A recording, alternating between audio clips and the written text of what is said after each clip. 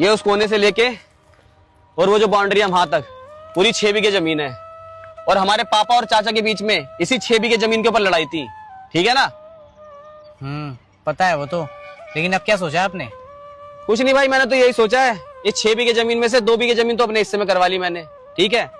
बाकी 4 बीघे में से 2-2 बीघे जमीन तुम्हारे नाम भी करवा रहा हूँ, ठीक है?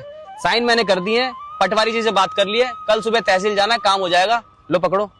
कहने का मतलब ये है, तीनों भाइयों के हिस्से में बराबर की जमीन बट रही है, 2-2 बीघे, ठीक है?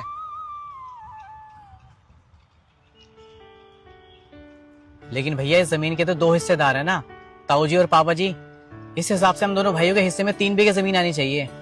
तो आप हमें 1 बीघा जमीन फालतू की दे रहे हो, जबकि आपके अकेले के हिस्से में 3 बीघे जमीन आनी चाहिए।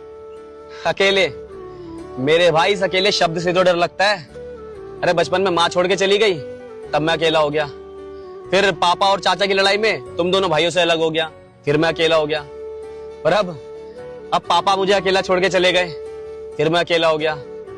मैं बाकी की जिंदगी अकेला नहीं रहना चाहता मेरे भाई। तो ये जो लड़ाई की जड़ है ना, इस जड़ को ही खत्म कर देना चाहता हूँ। 1 बीघा जमीन फालतू ले लो, लेकिन मेरे भाई मैं बस इतना चाहता हूँ, तीनों भाई आपस में मिल के रहें, बस।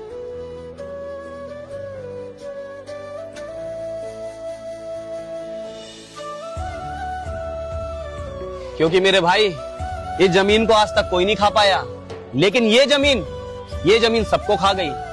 और वैसे भी जब खून के रिश्तों में दरार पड़ती है ना, तो मुलाकात सिर्फ मौत और जनाजे पे होती है। ये तो हमने पापा और चाचा की लड़ाई में देख ही लिया, है ना?